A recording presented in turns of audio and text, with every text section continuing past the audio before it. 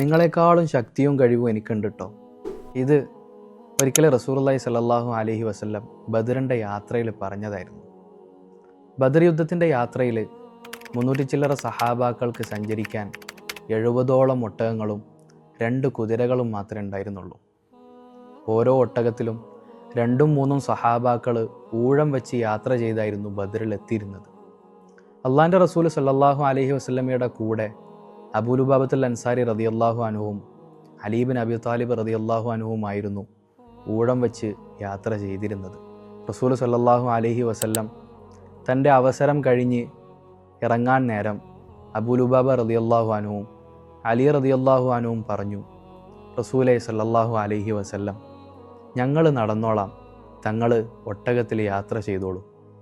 ഹബീബ് പറഞ്ഞു, മാ അൻതുമാ ബി അഖ്വാ മിന്നി അലൽ മശി വലാ അന ബി അഗ്ന അനിൽ അജ്രി മിൻകുമ. നടക്കാനാണെങ്കിൽ എന്നേക്കാളും ശക്തിയുള്ളവരല്ല നിങ്ങൾ. ഇനി നടക്കുന്നതിനുള്ള അധിക പ്രതിഫലം ആഗ്രഹിച്ചുകൊണ്ടാണ് നിങ്ങൾ ഈ പറഞ്ഞതെങ്കിൽ ആ പ്രതിഫലത്തിലേക്ക് ഞാനും ആവശ്യക്കാരനാണ്. എന്താ അല്ലേ, അള്ളാഹുവിൻ്റെ ഏറ്റവും ഇഷ്ടദാസനാണ്, മുൻപിൻ പാപങ്ങൾ പൊറുക്കപ്പെട്ട നബിയാണ്.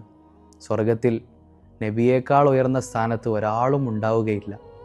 എന്നിട്ടും നന്മകൾക്ക് അള്ളാഹു നിശ്ചയിച്ച പ്രതിഫലങ്ങളിൽ അള്ളാഹിൻ്റെ റസൂൽ സല്ലല്ലാഹു അലൈഹി വസല്ലം ഇത്രത്തോളം ആഗ്രഹം പ്രകടിപ്പിച്ചിട്ടുണ്ടെങ്കിൽ നമ്മൾ എത്രയേറെ പ്രതീക്ഷ വെക്കേണ്ടി വരും. സല്ലല്ലാഹു അലാ മുഹമ്മദ് സല്ലല്ലാഹു അലൈഹി വസല്ലം.